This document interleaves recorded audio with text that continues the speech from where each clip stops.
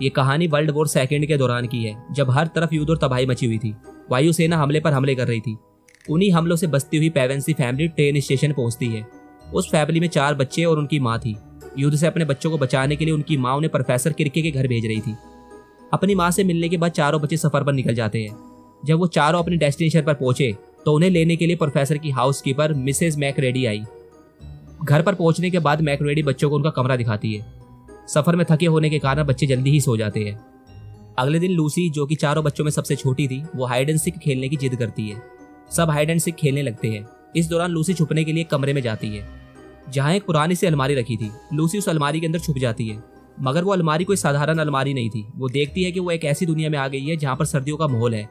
वहाँ घूमते हुए लूसी को एक अजीब बंदा दिखता है, जो आधा इंसान था और आधा बकरा। उसका नाम मिस्टर टमनस था। लूसी से बातें करते वक्त उसे पता चलता है कि वो एक इंसान है।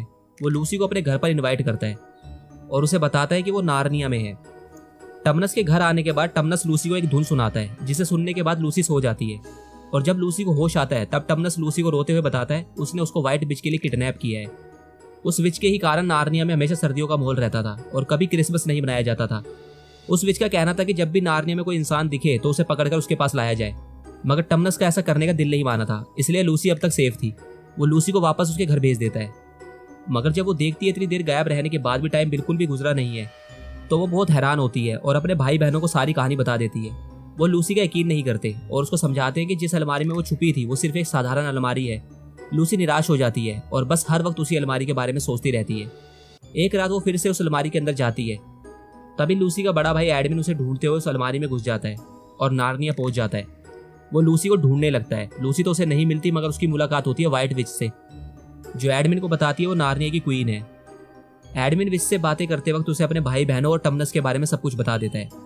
व्हाइट विच बड़े प्यार से एडमिन को एक ऑफर देती है, अगर वो अपने भाई बहनों को उसके किले में लेकर आए तो बदले में वो उसको ढेर सारे टर्किश डिलाइट देगी और नार्निया का राजा भी बना देगी।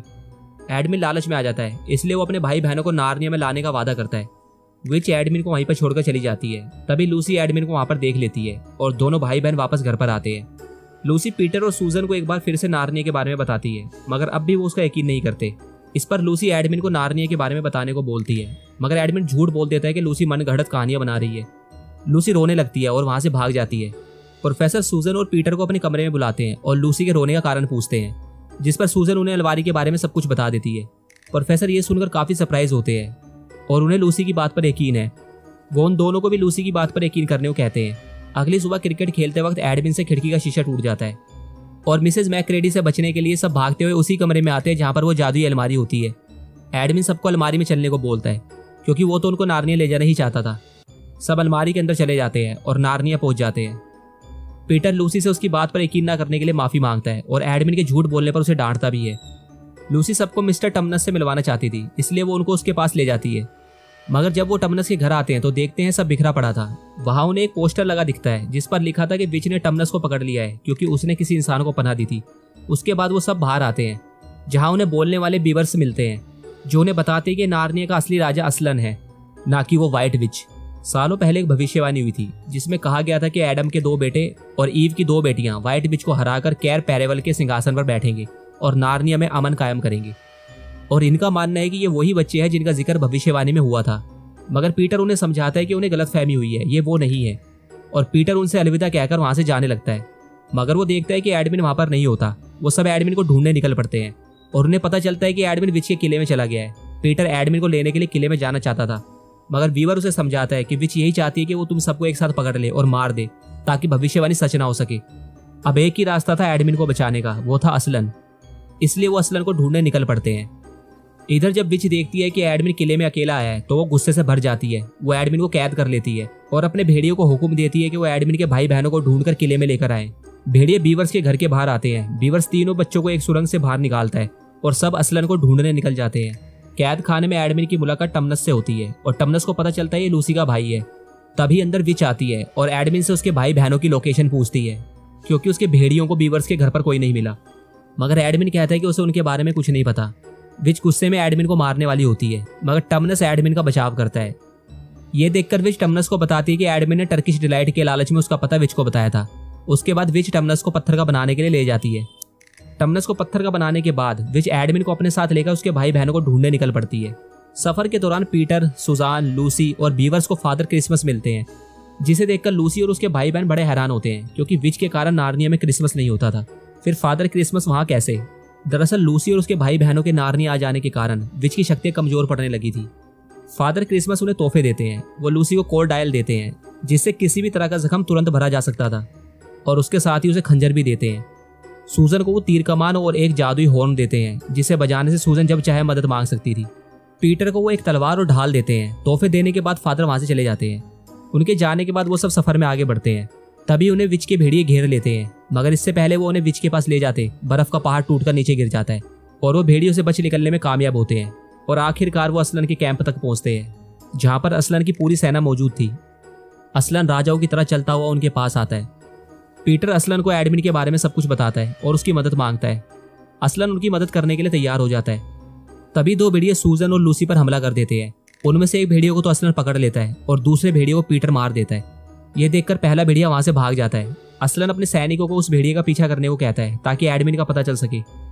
भेड़िया विच कैंप तक आता है। असलन की सेना एडमिन को वहां पर बंधा हुआ देखती है और उसे बचाकर ले जाती है। असलन एडमिन के भाई बहनों से एडमिन को माफ करने को बोलता है और वो सब एडमिन की गद्दारी पर उसे माफ कर देते हैं। जब व्हाइट विच को पता चलता है कि असलन की सेना एडमिन को बचाकर ले गई तो वो अपनी सेना के साथ असलन के पास आती है और असलन से एडमिन को वापस मांगती है, क्योंकि नार्निया का कानून था जो भी गद्दारी करता था उसको विच के हवाले किया जाता था, चाहे वो गद्दारी उसने किसी के भी साथ क्यों ना की हो। असलन इस कानून को अच्छी तरह से जानता था और वो उस कानून को तोड़ नहीं सकता था। वो विच से अकेले में बात करने जाता है और बाहर आने के बाद सबको बताता है कि विच ने एडमिन की जान बख्श दी है। सब बहुत खुश होते हैं और विच वहां से चली जाती है। रात को सोते वक्त लूसी को कुछ आवाज सुनाई देती है। वो सूजन को उठाती है और बाहर आकर देखती है कि असलन कहीं पे जा रहा था। वो असलन के पास आते हैं और उसके साथ चलने लगते हैं। थोड़ी देर साथ चलने के बाद असलन लूसी और सुजान को वहां से जाने को बोलता है और उन्हें छोड़कर आगे बढ़ जाता है, मगर सूजन और लूसी का दिल नहीं मानता। वो चुपके से असलन का पीछा करती है और देखती है कि असलन व्हाइट विच के कैंप आया था। विच की सेना असलन को रस्सियों से बांध देती है। वो असलन के बाल काटते हैं और उसके बाद उसे एक शीला पर लिटा देते हैं। दरअसल असलन ने विच के साथ समझौता किया था कि एडमिन की जगह उसको गद्दारी की सजा दी जाए, मगर विच समझौता तोड़ देती है। वो असलन को बताती है कि पहले वो उसको मारेगी, उसके बाद उन सब बच्चों को, और वो विच असलन के अंदर खंजर उतार देती है। असलन की मौत का जश्न मनाने के बाद विच वहां से चली जाती है। उसके जाने के बाद सूजन और लूसी असलन के पास आती है और बुरी तरह से रोने लगती है। कुछ देर वहीं बैठने के बाद सूजन और लूसी वहां बनी जादुई झाड़ियों से पीटर तक असलन की मौत और व्हाइट विच की साजिश के बारे में खबर पहुंचाती है। इस खबर के बाद असलन की सेना पीटर को अपना नया राजा चुनती है। व्हाइट विच और पीटर की सेना एक दूसरे से युद्ध के लिए तैयार है। युद्ध का डंका बजता है और दोनों सेनाएं आपस में भिड़ जाती है। कौन किस पर भारी था ये कहना मुश्किल था। सूजन और लूसी आखिरकार असलन की लाश को छोड़कर वापस जाने लगते हैं, मगर तभी वो मुड़कर देखते हैं कि शीला टूट चुकी थी और असलन वहां नहीं था। और अचानक जैसे सूरज निकलता है वैसे ही असलन सामने आता है। सूजन और लूसी की खुशी का ठिकाना नहीं रहता। सूजन असलन से पूछती है ये कैसे हुआ। असलन उन्हें समझाता है कि विच को नार्निया के गहरे जादू का नियम नहीं पता। शीला पर साफ लिखा था अगर किसी बेगुनाह को गद्दार की मौत मारा जाए तो शीला टूट जाएगी और मौत भी अपना रास्ता बदल लेगी। उसके बाद असलन उन्हें विच के किले में लेकर आता है, जहां असलन टमनस और सभी को जादू से ठीक कर देता है और उन सबको युद्ध भूमि में लेकर जाता है।